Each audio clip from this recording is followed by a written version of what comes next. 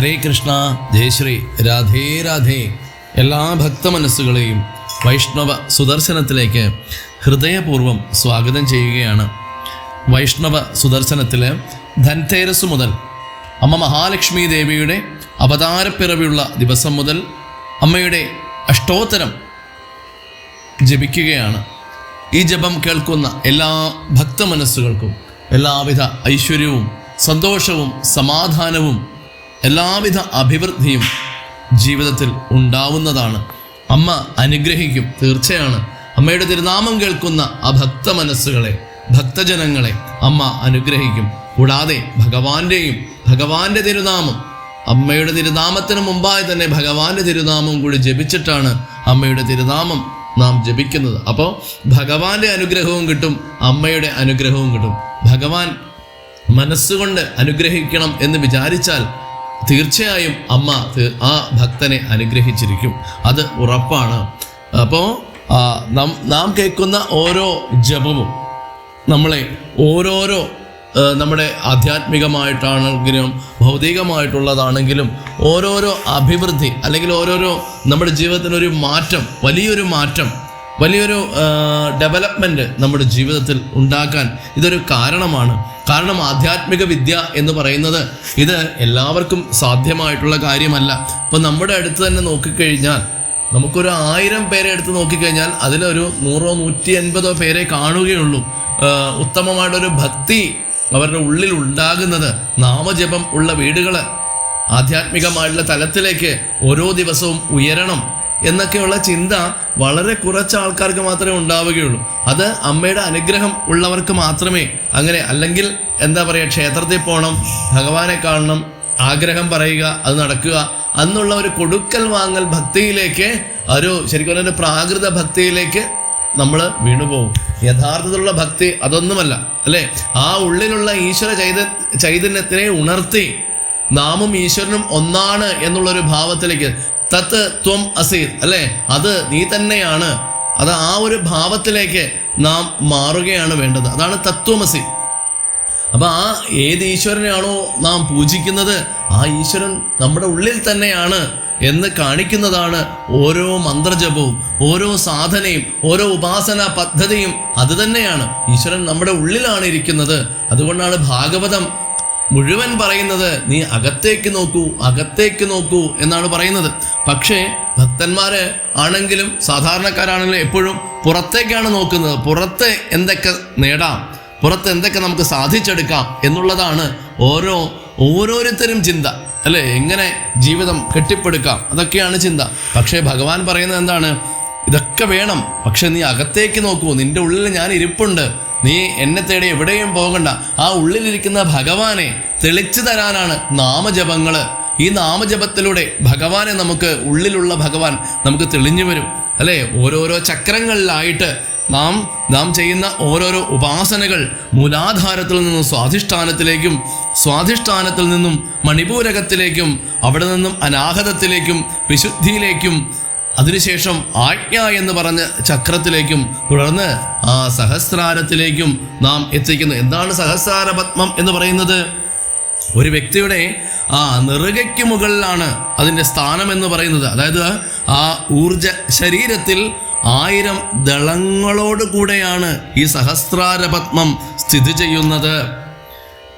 അതായത് ഈ ഈശ്വര പ്രാപഞ്ചിക ചൈതന്യം നമ്മളെ നമുക്ക് തിരിച്ചറിയാനും ഉൾക്കൊള്ളാനും സഹായിക്കുന്നത് ഈ കേന്ദ്രമാണ്, അല്ലെ? ഈ സഹസ്രാര പത്മത്തിലൂടെയാണ് ആ ഈശ്വര പ്രാപഞ്ചിക ചൈതന്യം നാം തിരിച്ചറിയുന്നതും നാം ഉൾക്കൊള്ളുന്നതും.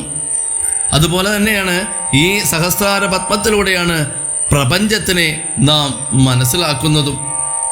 ചുരുക്കത്തില് നമ്മുടെ അറിവിൻ്റെ, ജ്ഞാനത്തിൻ്റെ ഉത്ഭവ കേന്ദ്രമെന്ന് വിളിക്കാവുന്ന ഈ കേന്ദ്രത്തിൻ്റെ വൈഭവത്താലാണ് ഓരോ വ്യക്തി ഇരുളിൽ നിന്നും, അജ്ഞാനത്തിൽ നിന്നും സമ്പൂർണമായിട്ടുള്ള ജ്ഞാനത്തിലേക്ക്, പ്രകാശത്തിലേക്ക്, വെളിച്ചത്തിലേക്ക്, ആ ദീപപ്രകാശത്തിലേക്ക് സഞ്ചരിച്ച് പൂർണ്ണമായ മുക്തിമാർഗത്തിൽ നാം എത്തിച്ചേരുന്നത് അല്ലെങ്കിൽ എത്തപ്പെടുന്നത്.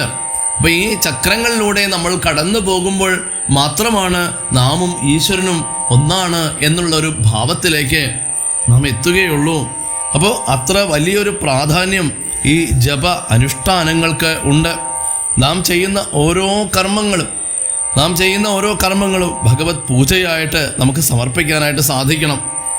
ഭഗവതിക്കുള്ള നിവേദ്യമായിട്ട് നാം കഴിക്കുന്ന ഭക്ഷണം നമുക്ക് സമർപ്പിക്കാനായിട്ട് സാധിക്കണം. നാമും ആ അമ്മയും ദേവിയും രണ്ടും ഒന്നാണ്. ആ അമ്മയാണ് എൻ്റെ ഉള്ളിലിരുന്ന് എനിക്ക് വേണ്ട കാര്യങ്ങളെല്ലാം ചെയ്തു തരുന്നത്. എൻ്റെ ഈ കണ്ണിലിരുന്ന് എന്നെ കാണിക്കുന്നത് ആ അമ്മ തന്നെയാണ്. എൻ്റെ ചെവിയിലിരുന്ന് എനിക്ക് കേൾവി ശക്തി നൽകുന്നത്, എന്നെ കേൾപ്പിക്കുന്നത് ആ അമ്മ തന്നെയാണ്.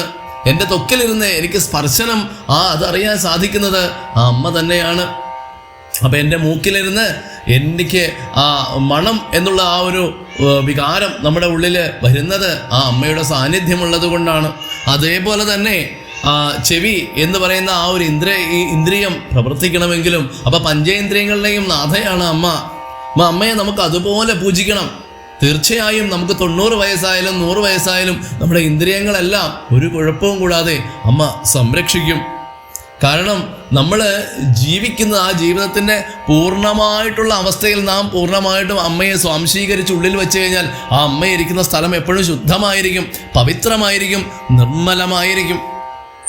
അപ്പം അത്ര ഒരു ഭക്തി നമ്മുടെ ഉള്ളിൽ ഉണ്ടാവണം ഭഗവാനെക്കുറിച്ചും ആ അമ്മ മഹാലക്ഷ്മി ദേവിയെക്കുറിച്ചും. അപ്പോൾ ഇന്നത്തെ ജപത്തിലേക്ക് കടക്കാം. ഭഗവാന്റെയും അമ്മയുടെയും തിരുനാമം ജപിച്ചുകൊണ്ട് നാം ജപത്തിലേക്ക് കടക്കാം. എല്ലാവരും വളരെ ഭക്തിയോടുകൂടി അമ്മയുടെയും ഭഗവാന്റെയും ആ തിരുരൂപങ്ങൾ മനസ്സിൽ ഹൃദയത്തിൽ സ്വീകരിച്ചുകൊണ്ട് ആവാഹിച്ചുകൊണ്ട് ക്ഷേത്രം ഒരു ശ്രീകോവിലാക്കി മാറ്റി നമ്മുടെ ആ ഹൃദയമാകുന്ന ശ്രീകോവിലിൽ അമ്മയെ പ്രതിഷ്ഠിച്ചുകൊണ്ട് നമുക്ക് ജപത്തിൽ പങ്കെടുക്കാം. എല്ലാവർക്കും ഒരുമിച്ച് ജപം കേൾക്കാം. എല്ലാവർക്കും എല്ലാവിധ അഭിവൃദ്ധിയും ഉണ്ടാവട്ടെ എന്ന് പ്രാർത്ഥിക്കുന്നു. ഈ ജപത്തിലേക്ക് കടക്കുകയാണ്. ഓം ശ്രീ ലക്ഷ്മീ നാരായണായ നമഃ. ഓം ശ്രീ ലക്ഷ്മീ നാരായണായ നമഃ. ഓം ശ്രീ ലക്ഷ്മീ നാരായണായ നമഃ. ഓം ശ്രീ ലക്ഷ്മീ നാരായണായ നമഃ. ഓം ശ്രീ ലക്ഷ്മീ നാരായണായ നമഃ. ഓം ശ്രീ ലക്ഷ്മീ നാരായണായ നമഃ. ഇന്നത്തെ ജപം അമ്മയുടെ നാമം ഇന്ന് ജപിക്കുന്നത് ഓം വസുധായേ നമഃ എന്നുള്ളതാണ്. വസുധ എന്ന് പറഞ്ഞാൽ നമുക്ക് എല്ലാവർക്കും അറിയാം എന്താണ്, ഭൂമി എന്നാണ് അർത്ഥം. അപ്പോൾ നമുക്ക് ഭൂമി സംബന്ധമായിട്ടുള്ള എന്തെങ്കിലും ബുദ്ധിമുട്ടുകൾ, പ്രശ്നങ്ങൾ, പ്രയാസങ്ങൾ അല്ലെങ്കിൽ വാസ്തുദോഷങ്ങൾ അങ്ങനെ എന്തെങ്കിലും ഉണ്ടെങ്കിൽ തീർച്ചയായും നാം ഇന്ന് വൈകുന്നേരം നിലവിളക്ക് കൊളുത്തുമ്പോൾ അമ്മയ്ക്ക് ഒരു നെയ്വിളക്ക് കൊളുത്തി വെച്ച് പ്രാർത്ഥിക്കുക. അമ്മയുടെ ചിത്രത്തിന് മുമ്പിൽ ഒരു നെയ്വിളക്ക് കൊളുത്തി വെച്ച് പ്രാർത്ഥിക്കണം. അമ്മയോട് പറയണം, ഇന്ന് ഇതുപോലുള്ള പ്രശ്നങ്ങളുണ്ട്, എനിക്ക് ഞങ്ങളുടെ ഭൂമി സംബന്ധമായിട്ട്. ചില ഭൂമിയൊന്നും വാസയോഗ്യമൊന്നും ആയിരിക്കുകയില്ല. പല പല ബുദ്ധിമുട്ടുകളോ പ്രശ്നങ്ങളോ ചില നെഗറ്റീവ് എനർജികളൊക്കെ ഉള്ള ചില പുരയിടങ്ങളൊക്കെ കാണും, ചില സ്ഥലങ്ങളൊക്കെ ഉണ്ടാവും. അപ്പം അതിൽ നിന്നൊക്കെ നമുക്കൊരു മുക്തി ഉണ്ടാവാനായിട്ട് അമ്മയോട് പ്രാർത്ഥിക്കണം. നമ്മുടെ കുടുംബത്തിൽ സമാധാനം ഉണ്ടാവും, അപ്പോൾ ഐശ്വര്യമുണ്ടാകും. അപ്പം ഓം വസുധായേ നമഃ എന്നുള്ള ആ ഒരു മന്ത്രമാണ് ഇന്ന് നാം ജപിക്കേണ്ടത്. അപ്പോൾ ഭൂമി സംബന്ധമായ എന്തെങ്കിലും ബുദ്ധിമുട്ടുകളോ പ്രയാസങ്ങളോ പ്രശ്നങ്ങളോ ഒക്കെ ഉണ്ടെങ്കിൽ, അല്ലെങ്കിൽ ഒരു സ്ഥലം വാങ്ങാനായിട്ട് നിങ്ങൾ ആഗ്രഹിക്കുകയാണ്, നിങ്ങൾ കുറേ നാളായിട്ട് കുറച്ച് സ്ഥലം വാങ്ങണം അല്ലെങ്കിൽ ഒരു വീട് വയ്ക്കണം എന്നൊക്കെ, ഭൂമിയിൽ അല്ലെങ്കിൽ നമുക്ക് വീട് വയ്ക്കാൻ സാധിക്കുകയുള്ളൂ.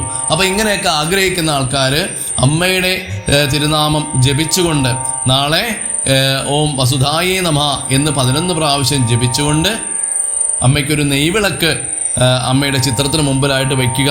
അല്ലെങ്കിൽ നിലവിളക്കിന് അടുത്തായി തന്നെ ഒരു മൺചിരാതിൽ ഒരു നെയ്വിളക്ക് വയ്ക്കുക. അമ്മയുടെ ചിത്രമില്ലെങ്കിൽ, അമ്മയുടെ ചിത്രമുണ്ടെങ്കിൽ അമ്മയുടെ ചിത്രത്തിന് തൊട്ട് മുമ്പിലായി തന്നെ ഒരു നെയ്വിളക്ക് വെച്ച് അമ്മയോട് പ്രാർത്ഥിക്കണം. ആ സമയത്ത് ഓം വസുധായേ നമഃ എന്ന് ചുരുങ്ങിയത് മിനിമം ഒരു 11 പ്രാവശ്യം ജപിക്കുക. അല്ലെങ്കിൽ ഈ 108 പ്രാവശ്യം ഈ ജപം കേൾക്കുക. ജപിക്കാൻ സാധിക്കുന്നവർ ഭക്തിയോടുകൂടി അമ്മയെ ജപിക്കുക, അമ്മയുടെ മന്ത്രം ജപിക്കുക. വളരെ പ്രധാനപ്പെട്ടതാണ് ഈ വസുധായേ നമഃ എന്നുള്ള നാമം. നമുക്ക് ജപത്തിലേക്ക് കടക്കാം. ഓം വസുധായേ നമഃ.